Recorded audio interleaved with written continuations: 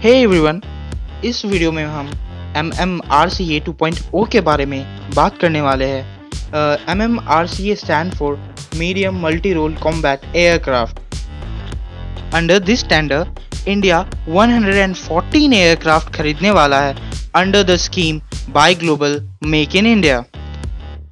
ये एक बहुत इंटरेस्टिंग टॉपिक है, सो लेट्स डिस्कस दिस।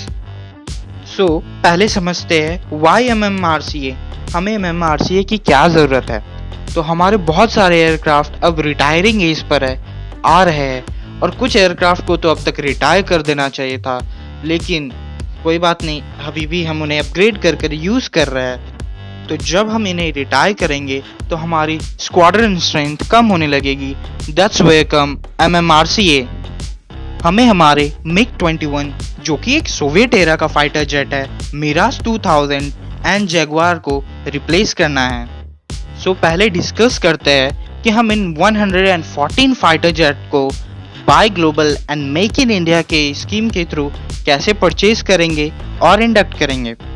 तो फर्स्ट ऑफ ऑल, इन 114 में से जो 18 एयरक्राफ्ट होंगे ये फ्लाइंग कंडीशन में इंपोर्ट कराए जाएंगे। जो भी MMRCA 2.0 का विनर होगा वो इंडियन कंपनी के साथ जॉइंट वेंचर में जाकर 96 एयरक्राफ्ट को इंडिया में ही मैन्युफैक्चर करेगा। इन 96 एयरक्राफ्ट में से जो फर्स्ट 36 एयरक्राफ्ट मैन्युफैक्चर होंगे विद इन द कंट्री, इनकी payment foreign currency and Indian currency दोनों से करी जाएगी। बट जो लास्ट 60 एयरक्राफ्ट होंगे वो ओनली इंडियन पार्टनर मैन्युफैक्चर करेगा और उसकी पेमेंट्स सिर्फ इंडियन करेंसी में करी जाएगी। MMRCA टेंडर के अंदर हमें 8 एयरक्राफ्ट ऑफर करी गई है।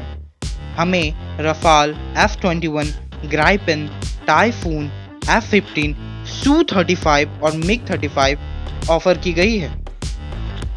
तो हम अभी इन एयरक्राफ्ट के विनिंग चांसेस को डिस्कस करते हैं। पहला है रफाल। ये विनर था MMRCA 1.0 का और इंडिया प्रेजेंटली इन्हें 36 के नंबर में ऑपरेट करता है। इंडियन एयरफोर्स बहुत खुश है रफाल से and it is likely to win MMRCA 2.0 too because ये एक प्रूवन प्लेटफॉर्म है।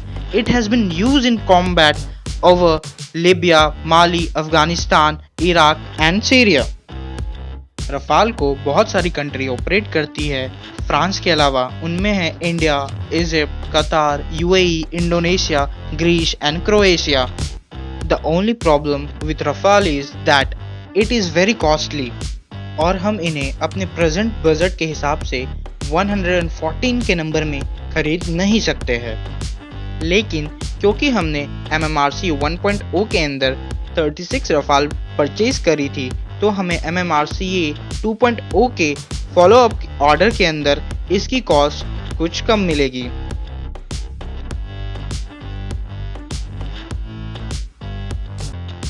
Next is F-21। It is developed by Lockheed and Martin. ये F-16 का लेटेस्ट वर्जन और अपग्रेडेड वर्जन है एंड लॉकहीड मार्टिन इसे किसी और कंट्री को सेल नहीं करेगा। This will be exclusive only for India. Through Make in India initiative, ये टाटा ग्रुप के साथ कोलैबोरेशन करके jointly मैन्युफैक्चर करेगा F-21 in India. It is boast to have some latest technologies of F-35. अभी जितने सारे जेट रिटायर हो रहे, they are single engine and F-21 भी एक सिंगल इंजन जेट है, तो इसे हम एक अच्छा ऑप्शन कंसिडर कर सकते हैं।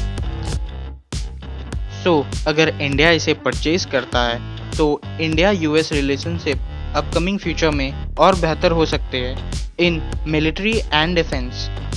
बट सिंस पाकिस्तान भी पुराने वर्जन ऑफ F-16 को यूज़ करता है, तो ये इंडियन एयरफोर्स को एडवांटेज नहीं देता पाकिस्तान एयरफोर्स के ऊपर। और ये जो पुराने F-16 जो पाकिस्तान यूज़ कर रहा है, ये भी US ने ही उन्हें गिफ्ट में दिया था अगेंस्ट इंडियन एयरफोर्स। हिपोक्रेसी तो ये है कि पाकिस्तान इसे सिर्फ टेररिस्ट के अगेंस्ट यूज़ कर सकता था, लेकिन पाकिस्तान ने पास्ट में इसे इंडिया के अगेंस्ट भी यूज़ करा है। खैर कोई बात नहीं, US एंड पाकिस्तान दोनों ही एक हिपोक्रेट नेशन है। कब किसकी साइड चल जाए कुछ पता ही नहीं चलता। अगला है साब का ग्रिपेन।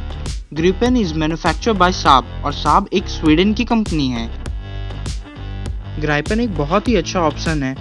ये कॉस्ट इफेक्टिव होने के साथ साथ एडवांस टेक्नोलॉजीज को भी ओ करता है और इसकी पर फ्लाइट कॉस्ट F-16 से भी कम है। ये एक बहुत ही कैपेबल फाइटर जेट है और हमारे इंडियन एयरफोर्स की नीड को भी सेटिस्फाई कर सकता है। लेकिन क्योंकि साब इसे मैन्युफैक्चर करती है जो कि एक स्वीडन की कंपनी है और स्वीडन के पास डिप्लोमेटिक पावर यूएस और फ्रांस और रसिया जैसी नहीं है, तो इंडियन गवर्नमेंट इसे परचेज करना अवॉइड करती है solely because of diplomatic power. Sweden के पास इन्फ्लुएंस ना होने के कारण इंडियन एयरफोर्स इसे खरीदना अवॉइड करेगी। नेक्स्ट फाइटर जेट में जाने से पहले मैं कुछ कहना चाहता हूँ कि ये जो MMRCA डील है ये मल्टी रोल फाइटर जेट के लिए इंडियन एयरफोर्स ने रखी है, बट कुछ कंट्रीज ने अपने एयर सुपीरियरिटी फाइटर जेट भी इसमें कंटेंडरशिप में डाल दिए, जैसे कि F-15 और Su-35, तो मैं इस वीडियो में उसे कंसिडर नहीं कर रहा हूँ। Next is Eurofighter typhoon. ये एक मल्टीनेशनल फाइटर जेट है जो कि UK, जर्मनी, इटली और स्पेन ने मिलकर डेवलप किया है। MMRCA 1 में यूरोफाइटर टाइफून और राफेल दोनों ही सेलेक्ट हुए थे, लेकिन राफेल इमर्ज हुआ था एज विनिंग बिड। तो this time also Rafale has edge over Eurofighter Typhoon. तो इस वीडियो में हम बस 4 ही फाइटर जेट डिस्कस करेंगे, बाकी फाइटर जेट हम नेक्स्ट वीडियो में डिस्कस करेंगे। Till then thank you for watching the video.